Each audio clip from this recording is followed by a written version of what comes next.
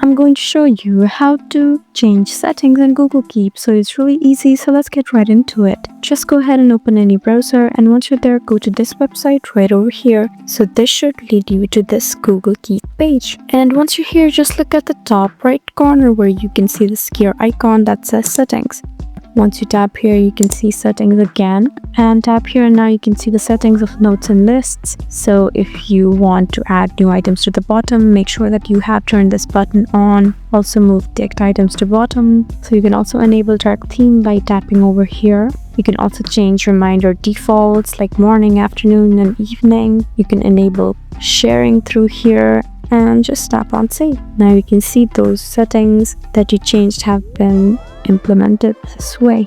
So there you go. I hope this video was helpful for you. Please subscribe to our channel if you want more helpful tutorials like these, and leave a comment down below to let us know what sort of videos that you would like. Thank you for watching.